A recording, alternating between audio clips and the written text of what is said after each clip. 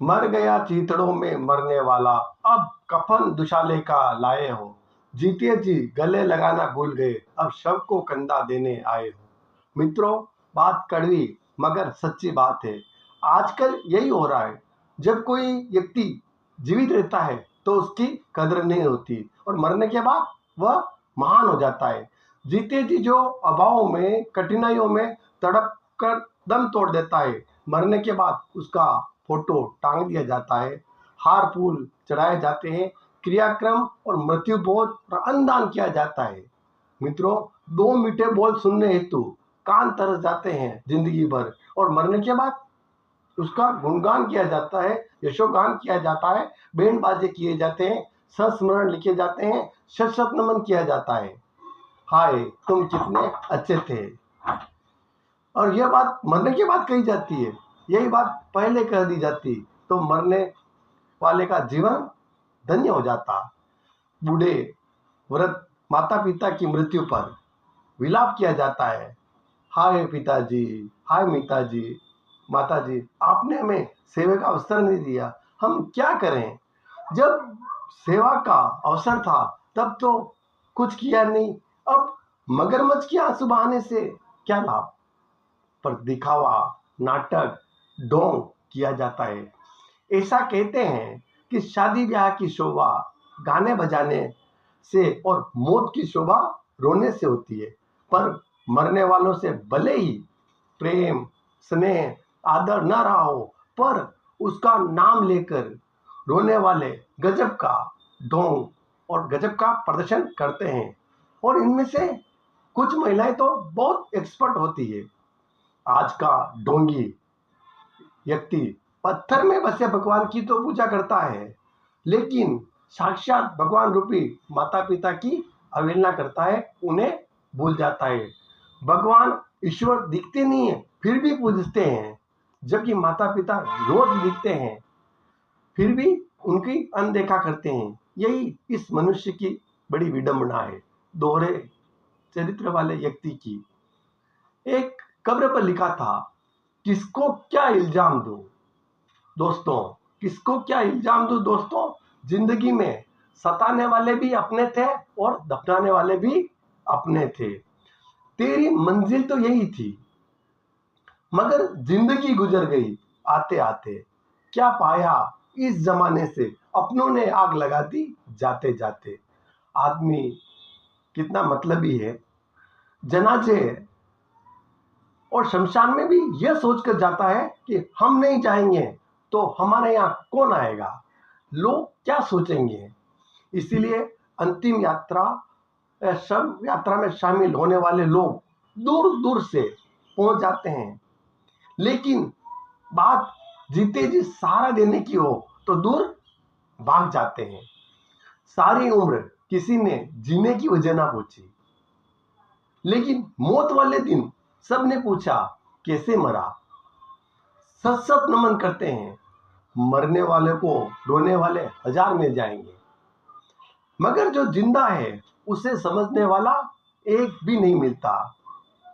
मित्रों, एक साथ चार कंधे देखकर मुर्दे या मरने वाले के मन में विचार आया होगा कि एक ही का पिता अगर जीते जी सहारा मिल जाता।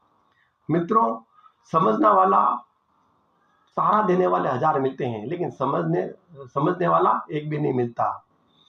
कड़वा सच, ज्यादा कुछ नहीं बदला। जिंदगी में बस बटुए और जेब थोड़ी भारी हो गई है, और रिश्ते थोड़े हल्के हो गए हैं। मित्रों, हम उस फर्जी दौर में जी रहे हैं जहां फेसबुक, व्हाट्सएप, ट्विटर पर आपके हजार से ज्यादा फ्रेंड है, लेकिन असली जिंदगी में घर में पत्नी से नहीं बनती, औलाद नहीं सुनती, भाइयों में मुकदमे चल रहे हैं, रिश्तेदारों में 36 का आंकड़ा है, और पड़ोसी से बोलचाल बंद है, और सोशल मीडिया पर पोस्ट कर रहे हैं कि सब एक हो जाओ, मिलजुल कर रहे हो, happy Father's Day, happy Mother's Day, आदि आदि। मित्रों, तरक्की इतनी हुई है कि हजारों किलोमीटर दूर बैठे इंसान को सुन सकते हैं और देख सकते हैं, लेकिन पतन इतना हुआ कि पास बैठे इंसान का दुख, दर्द न तो सुनाई देता है न दिखाई देता है। और विचित्र बात, आज के जमाने के शुभ चिंतक ऐसे होते जा रहे हैं जो हमारा शुभ होते देखकर उनकी चिंताएं चिंतित हो जाते हैं। मित्रों, पहले मकान कच्चे थे लेकिन रिश्ते पक्के थे। अब मकान पक्के हैं लेकिन रिश्ते कच्चे। पहले लोग मरते थे, आत्मा भटकती थी। अब आत्मा मर चुकी है, लोग भटक रहे हैं। मित्रों, दिए या दीपक को घी या तेल तब चाहिए जब वो जल रहा होता है। बुझने के बाद तेल और घी डालना व्यर्थ है। उसी प्रकार माता पिता व इंसान की कद्र समय रहते या जीते जी कर लेनी चाहिए। कहते हैं बारात या शादी में दूल्हा पीछे, बाराती यानी संसार के लोग आगे रहते हैं, जबकि जनाजे में, मैयत में व्यक्ति आगे और दुनिया पीछे रहती है। मतलब दुनिया खुशी में आगे और गम में पीछे रहती है। ख्वाब तो परिंदों के ऊंचे होते हैं, आसमान को छू जाने के। इंसान की नस्ल तो बस गिरने और गिराने में लगी है। जिंदा इंसान को गिराने में और मरे हुए इंसान को उठाने में लोग गजब की एकता दिखाते हैं। ये बनावटी बहुरूपी लोग कैसे हो पाएगी अच्छे इंसान की पहचान? दोनों ही नकली हैं, आंसू और मुस्कान।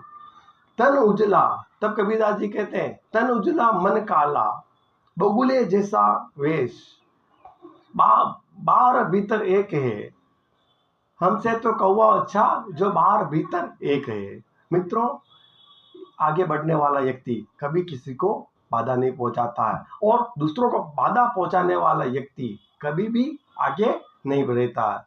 यदि हमें आगे रहना है, प्रथम रहना है, तो हमेशा मुस्कुराने में आगे रहिए। हमें प्रथम रहना है तो प्रशंसा करने में, सहयोग करने में, दया करने में, दान करने में, क्षमा करने में, रिश्ते निभाने में और गलती होने पर माफी मांगने में सदैव आगे रहें, प्रथम रहें। मित्रों, जो इंसान खुद के लिए जीता है उसका एक दिन मरण होता है, लेकिन जो इंसान दूसरों के लिए जीता है उसका हमेशा स्मरण होता है। इसीलिए कहते हैं, अपने लिए जिए तो क्या जिए ये दिल, तू जी जमाने के लिए। हमें मरने तक जीना था और हम जीने के लिए मर रहे हैं। मित्रों, जो उम्र अब शेष है उसे विशेष बनाइए, अन्यथा अवशेष तो होना ही है। इसी के साथ मित्रों ये भी कहना चाहता हूं कि जी रहे हैं कपड़े बदल बदल कर, जी रहे हैं कपड़े बदल बदल कर, एक दिन एक ही कपड़े में ले जाएंगे कंधे बदल बदल कर। इसलिए मित्रों, अपने जीवन को विशेष बनाइए। यह जीवन अपने लिए नहीं, अपनों के लिए है। इसलिए अपने परिवार में माता पिता रिश्तेदार सबका सम्मान करें। इन शब्दों के साथ मशहूर होना पर मगरूर ना होना, मशहूर होना पर मगरूर ना होना, मिल जाएगी सारी कायनात यहीं पर कभी माता पिता से दूर नहीं होना। इन शब्दों के साथ जिंदगी जबरदस्त है, जबरदस्ती नहीं, जबरदस्त तरीके से जिए। जय हिंद, जय भारत। मैं भूपेंद्र कुमार रेगर।